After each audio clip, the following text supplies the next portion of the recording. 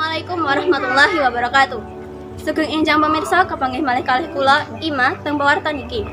Pawarta dinten iki salah sijine babagan kobongan ing gedung kantor Kejaksaan Agung. Kedadian kobongan ing gedung kantor Kejaksaan Agung Jakarta Selatan ing Setu wingi tanggal 22 Agustus 2020 udakara jam 7 bengi waktu Indonesia bagian Barat. Geni kasebut diduga saka lantai 6 bagian kepegawaian. Geni nyebar lan ngentekke bagian-bagian tersebut. Petugas kebakaran dikerahkan ing lokasi ana 65 mobil damkar sing dikerahkan ing tempat kejadian kangge mateni kobongan kasebut. Geni kasebut saged dipunpateni udakara jam 4:30 enjing waktu Indonesia bagian Barat.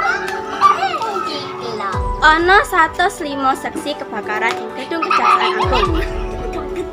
105 seksi kasebut klebu 20 buruh layanan pembersih, 50 pegawai utawa karyawan OB, 10 personel keamanan internal dan Pamdal, 5 pejabat ing kantor kejaksaan, 7 wong tukang lan 2 tenaga Kepala Pusat Informasi Hukum Kapus Penkum Kantor Jaksa Agung Heri Setiono ujar menawa penuntut umum bakal terus nuduhaken kinerja sing apik kanggo negara lan masyarakat.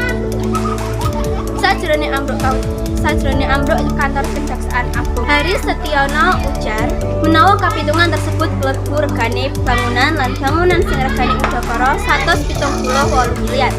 Bedene isi gedung tersebut gayuh 940 miliar. Nanging Hari ujar nilai tersebut isih dadi pitungan sing angel amarga tim tersebut isih durung bisa mlebu ing area insiden tersebut amarga nganti saiki investigasi Badan Penyelidikan Pidana Polri isih nindakaken wiwit jajaran polisi durung dibuka. Mekaten ingkang kula saged aturaken menawi wonten kalepatan kula nyuwun pangapunten. Matur suwun. Wassalamualaikum warahmatullahi wabarakatuh.